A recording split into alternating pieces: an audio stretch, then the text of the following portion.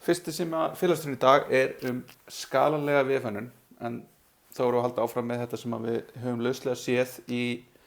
yfirferðinni hingað til yfir CSS þar sem að efnið okkar að skalast eftir stærð tækisins. Þannig að við getum í raun skrifað CSS á okkar þannig að það virki í minni tækjum eins og snjallsímum, í spjaldtölvum og alveg upp í heljarinnar stóra skjái. Það sem þetta ekki bara niður á við, þetta bara að hafa þetta skalalegt eftir öllum skalanum. En áður en við byrjum á því, þá svona verðt að fara aðeins yfir af hverju við erum að þessu og þetta það auðvelt að lesa til af hverju við gerum þetta, hvernig við gerum þetta, en það erfiðara kannski svona svör af hverju og hvaðan þetta kemur. En þetta náttúrulega byrjar alltaf á því að vefurinn var voðalega mikið bara í einni skjástærð í fjöldamörg ár. Það sem að þegar ég byrjaði að fikta í þessu þá var 800-600, það var upplausnin sem var yfirleitt notuð fyrir alla vefi og ef þú passaðir í það þá passaðir á alla skjái. Svo þegar þú varst komin aðeins upp í 1024 þá varst ég að gera vefi fyrir það og þá var það of stórt fyrir suma sem voru ennþá í minni skjám. En síðan 2007 þegar iPhone kom og í framhaldinu af því hvernig það var gjörbylting í því hvernig fólk notaði vefinn og hvernig núna við erum að sjá að vefurinn notaður, við erum löngu komin, eða ekki löngu, fyrir 3 árum eða svo vorum við komin yfir það að fleiri notuðu vefinn í gegnum síma en í gegnum tölvur. En það held ég að bara aukist bilið þar á milli og við erum alltaf með fleiri og fleiri tæki sem að þetta virkar, sem að vefurinn aðgengilegur á og þetta svona aðeins farið að verða, ég meina getum við uppfært þetta fyrir Tesla hérna og ískápar eru komnir, úrin og fleiri tæki, þannig að þetta vefurinn eiginlega í dag. Þannig að þetta ekki lengur þessar 3 stærðir sem að voru alltaf grunnurinn að öllu hjá manni. En þetta var lengi vel og í raun bara að breytast núna með hönnunartólum eins og Sketch og Figma. Það sem að í Photoshop í gamla daga, það sem allir hönnuðu, þá fórstu og gerðir new file og það fyrsta sem maður þurfti að gera var í raun að ákveða í hvaða stærð skjalið átti að vera. Þannig að þú þurftir í raun að byrja á því að ákveða hvað stærðin sem þú ert að vinna með. En það í raun algjörlega gegn því hvað vefurinn af því að vefurinn í raun endalaust skalanlegur og það ekkert bara hægt að búa til vef sem 1024 eða 1600 pixla breiður og segja það gott og þetta í raun ennþá ströggl í dag og þetta eitthvað sem að ég bara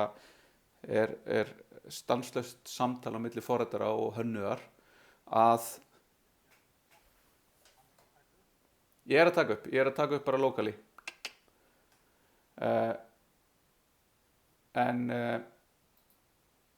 sem sagt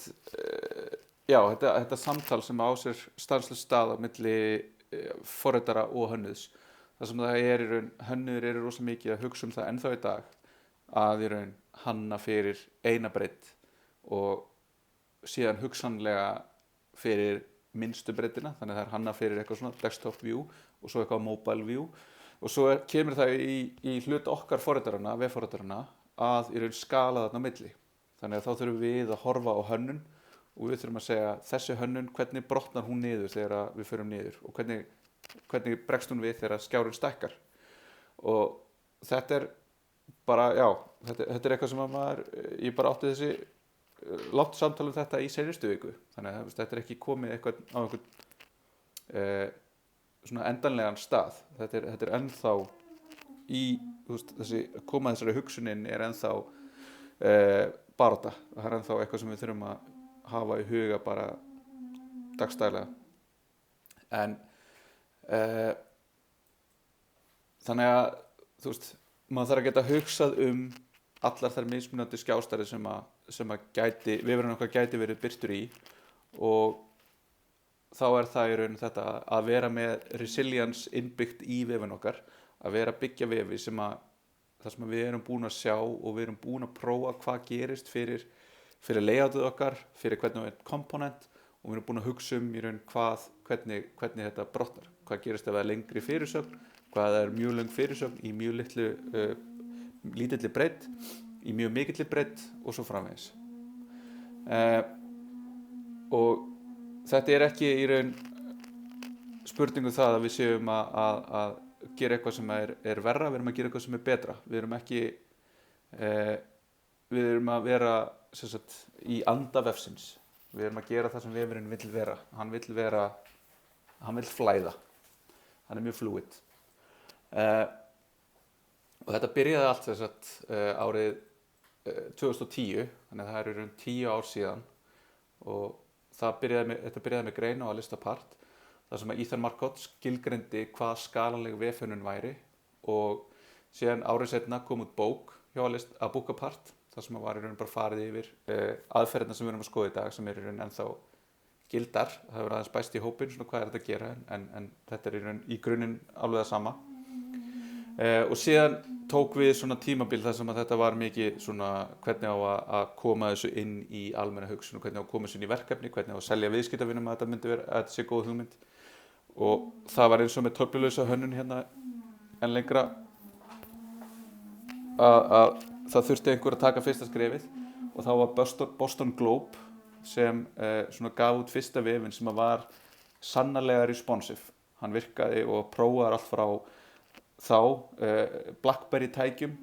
upp í stærstu skjái sem voru í boði, og virkaði mjög vel og var í raun svona frontrunner í þessu. Og ég man eftir því að hafa notað þessi ófá skipti sem dæmi þegar við vorum þá að samfæra viðskiptavin okkur að eyða aðeins meiri peningi að gera vefina sína skalanlega, af því að það í raun sama og með annað eins og aðgengi og þetta, að það erfiðara að gera þetta eftir á og dýrara. En það sem að skalaleg vefhönnun byggir á í raun að við erum með þetta sveigjanlega umbrot, við erum með eitthvað fluid, þetta er ekki föst stærð hjá okkur. Og við erum með einhverja grind sem við notum sem grunn. Þannig að við erum með einhverja grind sem í sveigjanlegu umbroti, og síðan erum við með sveigjanlegar myndir og miðla, myndir og vídeó. Ég vildi ég gæti beðið þessa blessuðu iðnaðarmennum að saga lægra, þannig að ég biðst ykkur bara afsökunar á þessu. Þau byrjuðu akkurat þegar ég var að byrja. Og svo lokum, það sem skiptir í raun minnstu máli í þessu að nota CSS Media Queries, þannig að það í raun tæknin sem gerir þetta mögulegt, en hugsunin samt það sem mikilvægt. Þannig að við erum að birta sama efnið, sama HTML-ið, sömu slóðina og aðlögum okkur að tækinu, og þetta í raun bara sama þó við værum ekki með skalanlegan vef, þá væri vefurinn okkar notaður í öllum þessum tólum. Já, ég að nota mækin hérna, þannig að ok. Síðan í raun Google núna farið að þetta er ekki bara recommended núna, þetta í raun orðið, það er mínusar sem eru gefnir í Google leitarniðurstöðum ef að vefurinn ekki responsive, og líka ef hann hægur. Þannig að þetta er góð business líka að vera með responsive vefi, og þú veist, þetta er náttúrulega bara basic. Þetta er einhvern veginn orðið þannig að maður hugsar þetta sem bara þetta er það sem að vera vefforriti, að gera responsive vefi. En maður samt að sjá ennþá í útboðsgögnum á verkefnum hérna heima, það sem að sérstaklega tekið fram, bara vefurinn verður að virka vel í snjallsímum, en þannig að þetta er ekki ennþá orðið bara algildur sannleikur það hvernig við vinnum, þannig að ég held áfram að predika. Síðan önnur pæling sem að kom hérna á þessum sama tíma, að það mobile first, og hún bæði svona tæknileg og svona filosófísk, tvær hliðar á þessum mobile first pening. En þá erum við í raun að hugsa hvað ef við byggjum vefinn okkar frá grunninum að við séum í litlum skjá í móbæltæki og vinnum upp á við. Og þá það í raun ekki bara í raun hvað þýðir það tæknilega heldur ennþá frekar hvað þýðir það bara fyrir verkefnið. Af því að það að byrja verkefni og eins og við sjáum í fyrirlestrum með hönnun, þú veist, hvernig erum við að hugsa efnið okkar, hvernig erum við að hugsa hvað mikilvægt, hvað á að vera, hvað í forgrunni, hvað verkefnið sem verið að leysa, hvað efnið sem skiptir máli. Og þegar við höfum pláss bara fyrir eina efniseiningu á skjánum í einu, eins og þegar við byrjum í mobile first að hugsa þetta, þá sjálfkrafa verðum við að taka þessa ákvörðun. Það ekki þannig að við getum verið með 3 einingar sem allar sitja hlið við hlið sem eru jafn mikilvægar og hugsanlega bara deildin sem á fyrstum með þeim sem háarastur. Það verður að taka ákvörðunina. Það verður að, og þetta oft bara mikil pólitík og snýst bara fólkið. En þannig að við neyðumst þá til að taka ákvörðunir og það minni líkur á því að við séum með eitthvað óþarfa skraut. Og þetta byggir síðan aftur á þessu hugsunarfari með progressive enhancement. Við erum með minnsta efnið í minnsta tækinu, með minnstu stílunum, með minnsta flúrunu og í raun birtum bara það sem þarf að birta. Og svo eftir því sem við höfum meira pláss, meira capability í tækjunum, þá í raun stækkar og eykst upplifunin okkar. Og þetta síðan úr afskaplega áhugaverðri grein líka í Alistapart sem kom út árið 2000, þar sem það var byrjað að ýta á fólk að hætta að vera að reyna að fá fólk til þess að hugsa vefinn eins og prent, en þetta í raun þetta paradigm shift úr prent hugsun það að vera með eitthvað sem fast í breiddinni yfir í það eitthvað sem flexible og aðgengilegt. Og svo aftur þetta sem að Tim Berners-Lee sagði það að vefurinn fyrir alla og á að vera í raun aðgengilegur allstaðar. En þetta svona þessi filosófíska spurning og þetta svona af hverju við erum að gera þetta og af hverju þetta skiptir máli og af hverju þetta ekki bara einhver tækni sem við bara notum og við notum hana og þá tekum við boxið þetta sé responsive, heldur það eru dýpri pælingar þarna bakvið. Og það eftir því sem að maður verður eldri og lengur í þessum bransa eins og ég þá verður þetta tæknin kemur og fer en filosófían og þessi prinsip þau eru það sem fylgja manni og þau sem að hjálpa manni að halda sig grounded í þessu öllu saman. En ef við skiptum þá yfir í svona tæknilegu pælingarnar að bakvið responsive og í gennum skalalega vefi, þá ef við horfum aftur á þetta þetta sveigjanlega umbrot, sveigjanlegar myndir og miðlar og media queries. Þannig ef við byrjum að því að skoða hvað þessar grindur, hvað þetta og þetta í raun afskaplega mikilvægt og bara eftir því sem að ég meira í þessu þá þetta í raun að nota grind og nota í raun eitthvað kerfi afskaplega mikilvægt. Þannig að þetta bara spurning bara svona öguð og góð vinnubrögð að setja alltaf upp einhverja grind og eiga samtali við hönnuðinn byggða á því að það sé einhver grind sem að gefur okkur svona núllpunkt til þess að tala Það að segja allt út frá grindinni við útfærum allt út frá grindinni og ef við viljum gera eitthvað sem að í raun passar ekki innan hennar þá erum við viljandi að brjóta hana en allavega og það sem sveigjanlega þá að við verðum að nota hlutfallsleg gildi og getum þá ekki nota í raun nákvæm gildi. Við notum ekki pixla, við notum prósentur yfirleitt eða EM eða RM. Og síðan ef að umgjörðin minnkar, þannig að við erum með eða stækkar, þá minnkar eða stækkar allt hlutfallslega innan hennar og til þess að við höfum einhvern svona endapunkt þá höfum við yfirleitt eitthvað max-width sem við setjum á það þar sem við passum að grindir fer upp að einhver ákveðnu marki og út frá, fyrir ofan hana þá heldur efnið okkur ekki áfram að fara að svona verða flatara og flatara, lengri og lengri setningar. Þannig að þá það svona þessi pælinga við minnkum og hlutfallslega minnkar efni með í staðinn fyrir að vera sem sagt, fara út fyrir skjáinn og þá að búa til eitthvað case þar sem við erum með eitthvað horizontal scroll. Og svo samanskapi með maxwidth að þá förum við og skölumst upp að einhverju. Þannig að við erum í raun og veru að skilgreina eitthvað bil sem að vefurinn okkar virkar innan. Og fyrir þetta bil þá gerum við prófanir frá minnsta studdu breidd upp að maxwidthin okkar og síðan yfir til þess að sjá að það skalist rétt þaðan í frá. En þá bara einföld leið til þess að breyta úr öllum hlutfallslegum stærðum, úr öllum föstum stærðum yfir í hlutfallslega stærðir í raun bara að deila með stærðin okkar með heildarstærðin í stærðin okkar og fá út þá hlutfallslega gildið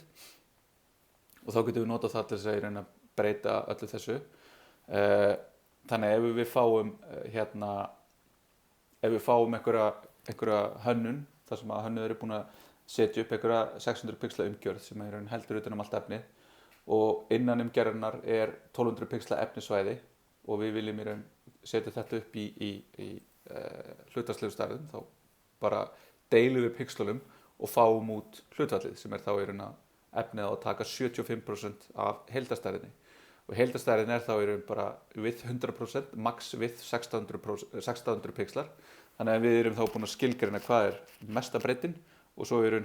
skölumst við upp að henni. En grindin sjálf síðan bara eins og þetta kemur úr typografíu þar sem við erum bara með dálka sem við erum að vinna með og það yfirleitt kallað bara columns fyrir columns og síðan erum við með röð þar sem við skilgreinum efnið okkar innan, dálkana okkar innan og það rows og svo plássið á milli dálkana kallað gutter og hef ekki fundið neitt gott íslenskt orð fyrir það en ef þið hafið eitthvað þá endilega hendi ég á mig og ég get bætt inn hérna þannig að þetta verði ennþá íslenskara hjá okkur. En með þessu og með því að nýta okkur það að við getum nota neikvæð margin þá getum við sett neikvæð margin left og right upp að hálft gutter á róin okkar og svo hálft gutter í padding left og padding right á hvern dálk og út frá því þá fáum við vef grind þar sem að hver dálkur tekur heilt padding með því að leggjast upp að næsta dálki og svo notum við box sizing border box fyrir allt efnið sem að leggst inn í grindina þar sem við notum bara padding og border til þess að passa upp á að við flæðum aldrei út fyrir boxið okkar og inn í grindina þannig að þá í raun grindin skilgrind með þessum containerum sem þá grindið, eitthvað row, eitthvað kolum og svo inn í kolumnum efnið okkar og síðan getum við nota margin left eða margin right til þess að færa efnið til í dálkum þannig að við getum í raun staðsetta við viljum að það taki 10 af 12 dálkum þannig að þá getum við sagt að það taki í raun 10/12 hlutfallið og margin left þá 1/12 til þess að færa efnið til þannig að ef við skoðum dæmi þetta þá erum við með eitthvað overlay sem að byggir á grindin okkar og þetta bara sama og við höfum séð fyrir láréttu grindina en það sem að við erum með það er betra að skoða þetta bara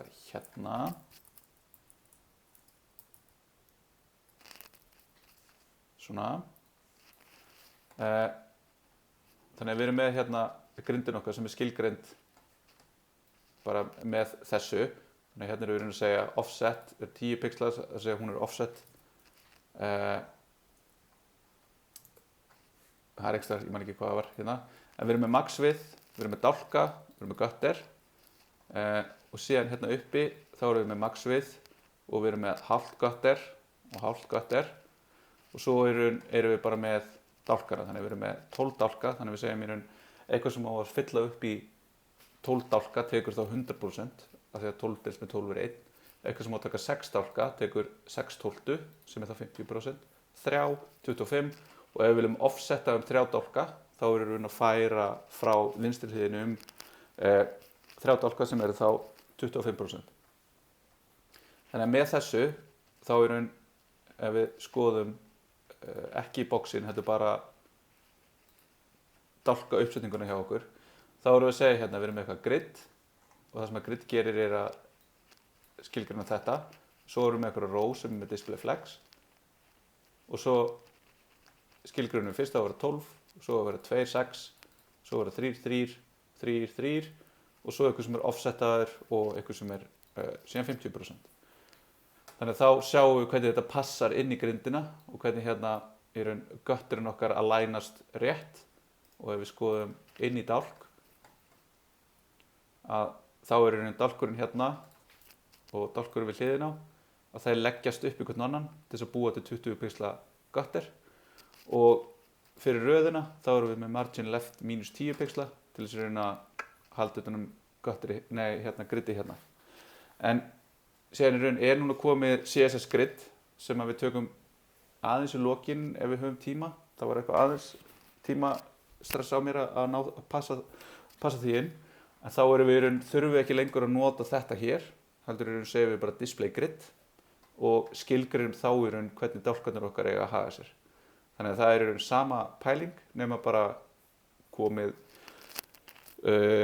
komin eigindi í CSS til þess að skilgreina það. En þetta er ennþá svona mest nota leiðin, þannig að þetta er leiðin sem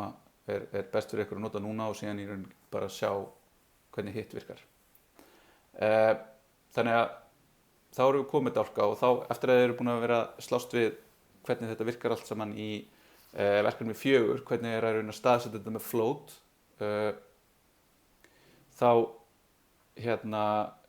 sjáum við að þetta gefur okkur mun meiri stjórn og passar mun betur inn í og er í raun mun betra kerfi, þar sem er miklu meiri nákvæmni í því hvað við erum að gera.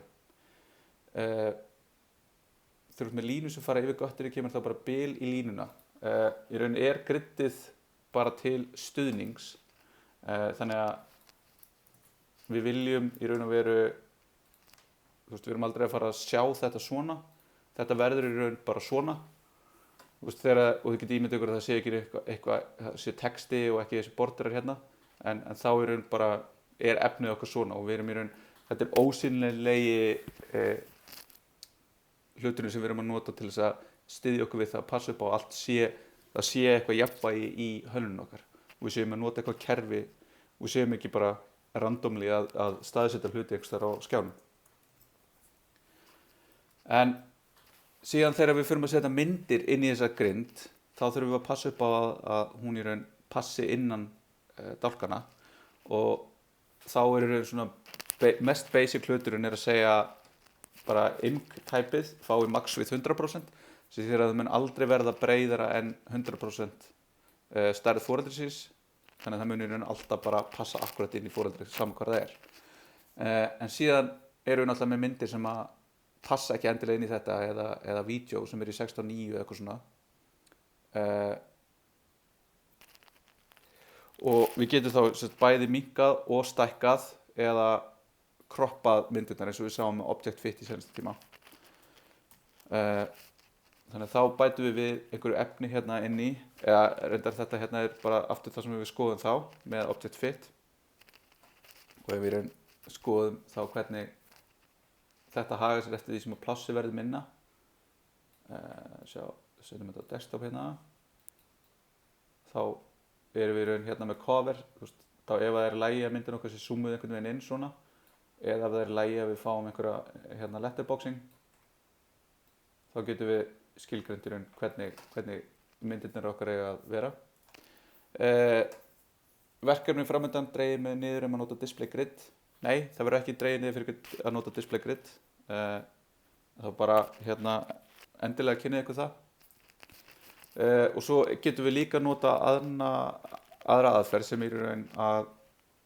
viðhalda stærðarhlutföllum eða aspect ratio-ni á efnin okkar, þá sér í lagi þegar við erum með vídeo, að setja inn gerfi element og þetta hérna fylla upp í foreldrið sitt með hérna position absolute og top left right bottom í 0 og nýta það að í raun að padding er reiknað út frá breidd badsins, þannig að við getum búið til með því að setja hérna með því að segja sem sagt eitthvað box sem þá position relative with 100% og svo erum við með eitthvað content hérna sem að í raun fyllir alveg upp í foreldri sitt en til þess að fá í raun þetta sé alltaf 16:10 ef við verðum með til dæmis vídeo sem við viljum spila það ætti alltaf að vera 16:10 upplaust þá setjum við hér inn sem sagt í box before display block og padding top er þá 62,5% sem er þá í raun 16:10 þess að 10 delt með 16 sinnum 100 það hlutfall sem við viljum þannig að við getum breytt þessu ef við viljum 16:9 eða eitthvað annað 1:1 þá getum við haft þetta bara sem 100% og þá getum við stýrt í raun hvernig hlutfallið á vefnum okkar að efnin okkar innan grindurinnar haga sér. Svo er enda komið núna spec sem er bara aspect dash radio property í CSS sem að mun þá leysa þetta á hólmi en þangað til að það er orðið staðlara þá höldum við áfram með þetta trikk. En síðan að lokum erum við með media queries og þá er það í raun á einhverju tímapunkti þegar við erum með þessa grind og við erum með dálka sem að innihalda 4 kassa og eftir því sem að plássi minnkar þá á einhverju tímapunkti fer efnið að líta illa út í hverjum einum þessum kössum og þá viljum við að þeir hætti að vera 4 saman í röð og verði í raun 2 og 2 og svo lokum að verði bara 1, 1 og 1 og þá höfum við media queries og þá getum við skilgreint með max width og min width á í raun 8 reglur hvenar eitthvað CSS er notað og hvenar ekki. Þannig að þegar við erum með no pláss þá notum við þetta CSS sem lætur að vera 4 þegar við erum með minna pláss þá er það 2 og þegar við erum með minnsta mögulega plássi þá er það bara 1 og svo getum við andað þetta saman og gert eitthvað svona glóriur en yfirleitt er þetta bara eitthvað einfalt og þarna eru síðan 2 leiðir til að gera þetta sem við munum skoða. Önnur er að nýta sér mobile first og hugsa ok, ég vil að í grunninn þá byrja ég á að hugsa hvernig lítur þetta út í minnsta skjánum og svo stækkar þetta og hini er í raun að byrja í mestu breytinni og hugsa svo hvernig þetta kemur eftir því sem við fyrir niður. Þannig að þá er þetta hérna media query það sem að segja í raun almennt þá er eitthvað section 100% breytt en frá og með 800 pixlum af því að þá í raun vitum við að við erum komið með það mikið pláss á skjánum okkar að við höfum nú pláss til þess að hafa þessi section hlið við hlið að þá fer það í 50%.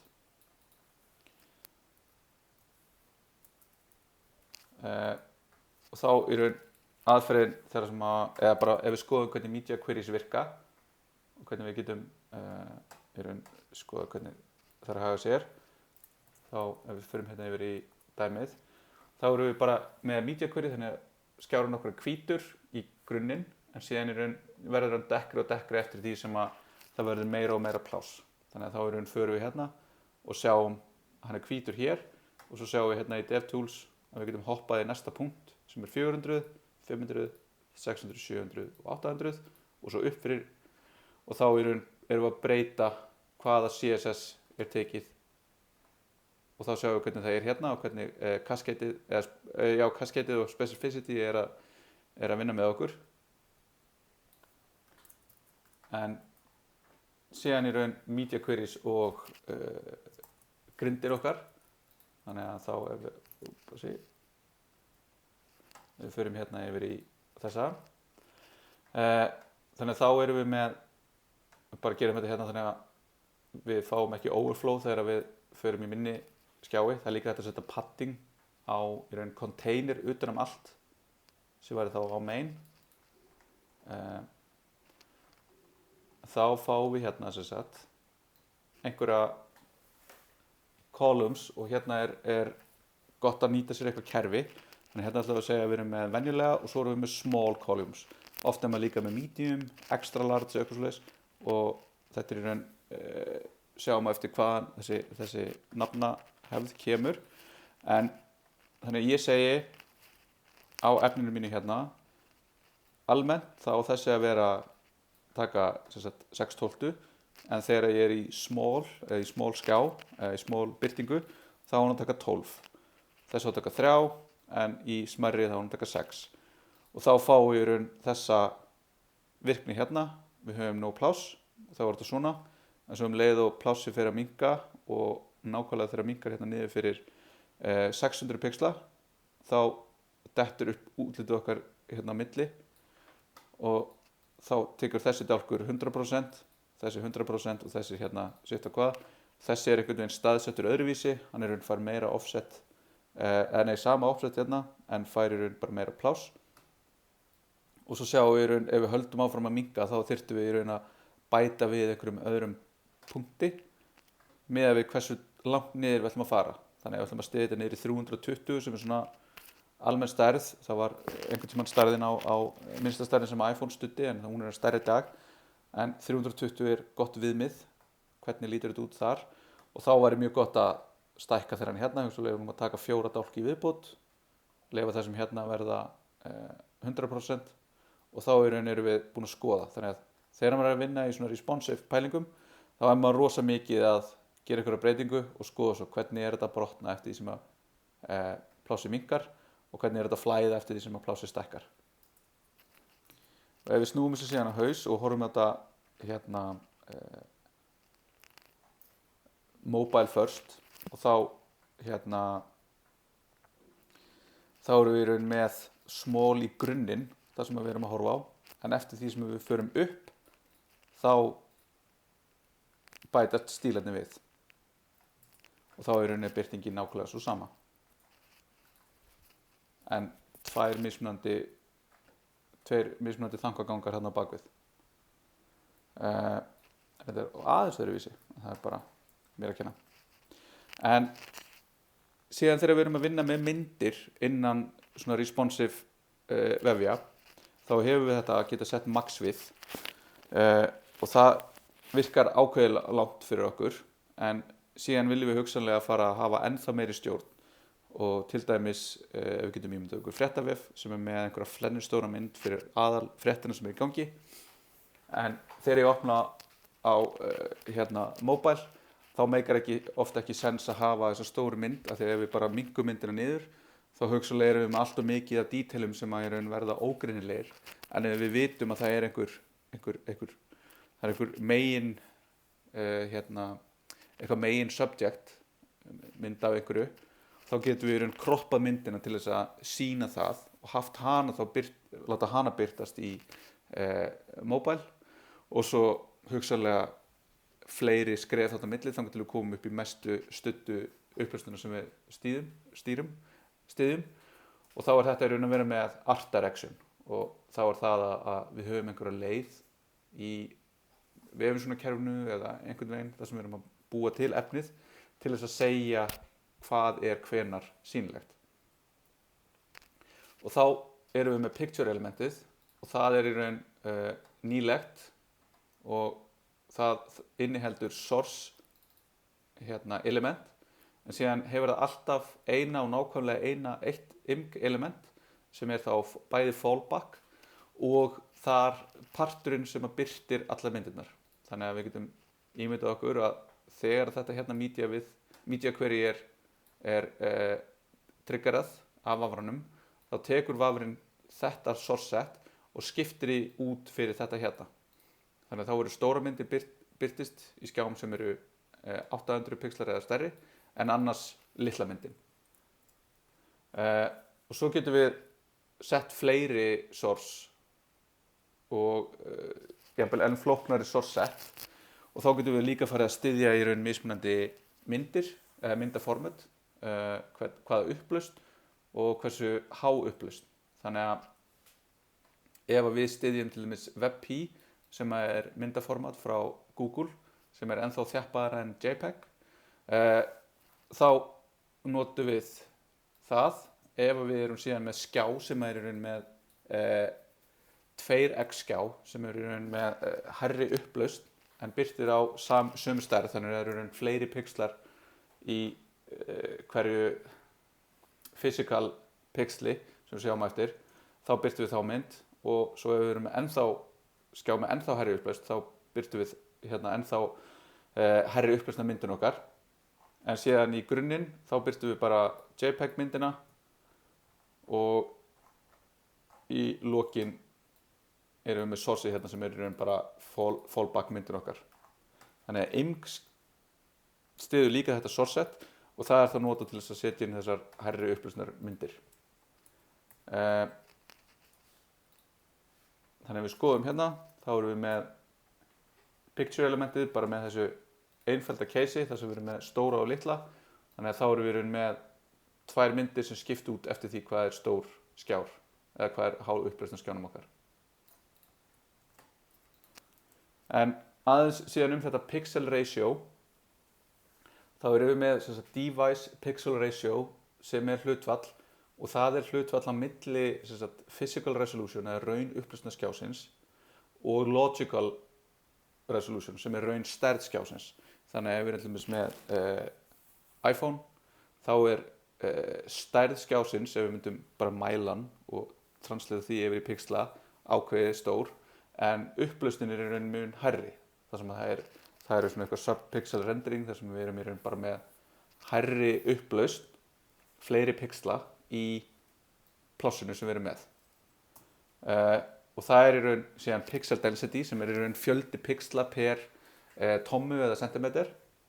og þá heyrir maður oft þetta eftir að Apple gerði þessa tækni aðgengilegra og hún fór að verða svona í almennum tækjum að þá fóru þau hjá Apple á stað með þetta Retina display markashugtak en það er í raun pixel density upp á 300 pixel per inch og miðað við að við horfum á skjáin í 25 cm fjarlægð þá mun augað ekki greina pixla. Þannig að það er í raun þessi skilgreining á retina. En það er síðan þessi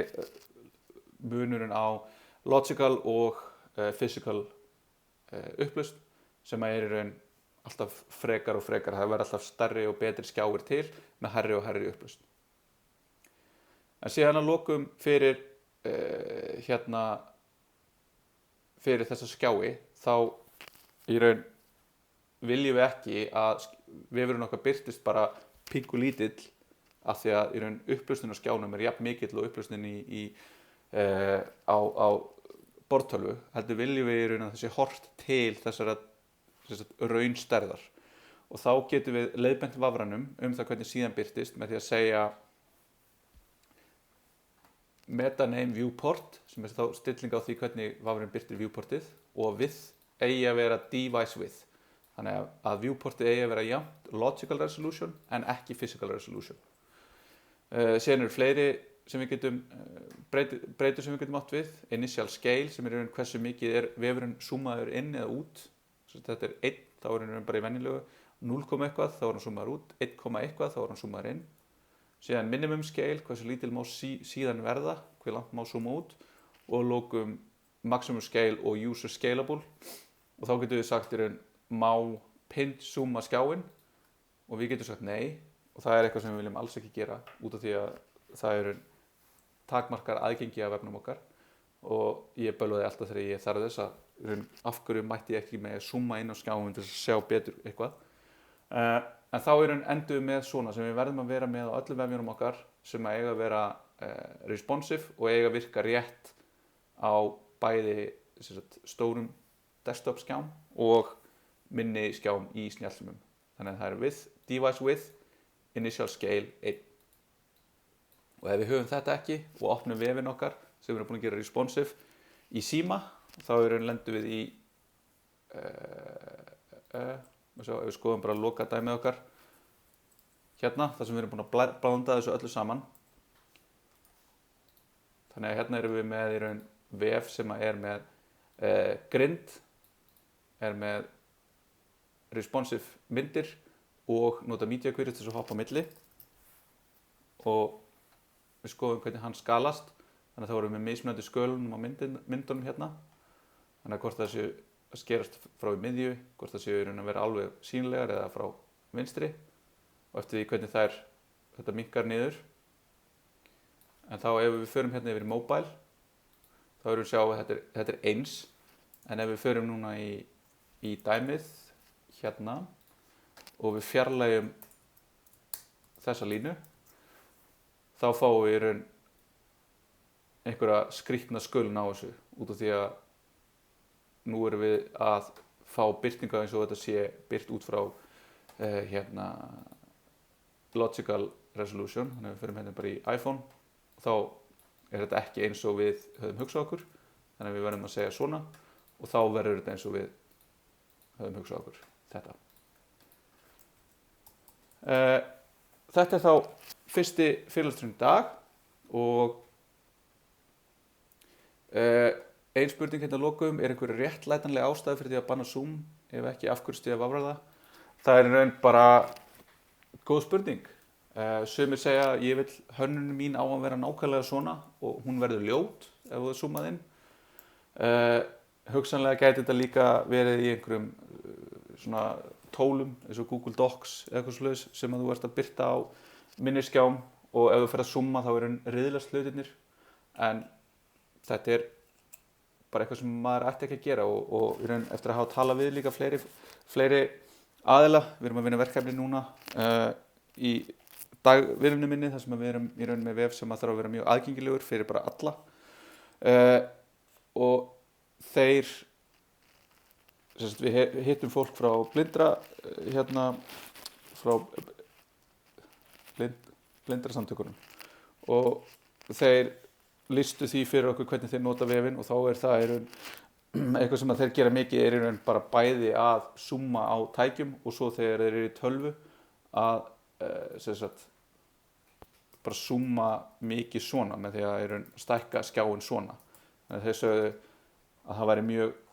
æskilegt að þegar maður er með einhvern vef sem á að vera aðgengilegur að prófa hvað gerist ef við zoomum hann upp úr öllu valdi. Birtist hann rétt og hérna er hann birtist hann rétt, það er í raun bara verið að nota responsivenessið og hérna það er mjög gott test í þessu. Einu spurning, hvenær nota flex og hvenær grid. Ruglingurinn er að það er í raun til tæknilegi hluturinn CSS grid og hann er í raun notaður í staðinn fyrir flex til þess að stýra layout og verkum á síðum hjá okkur. En síðan erum við líka með hugtakið grid og hérna erum við með hugtakið grid sem að notar flexbox en við getum líka notað hugtakið grid sem notar tæknina grid. Þannig að þarna þarf að gera greinamun á að við getum útfært hugtakið grid með bæði CSS grid og flexbox og við munum nota flexbox þegar við gerum það. En við skulum taka núna pásu í 9 mínútur og byrja aftur klukkan 15:55.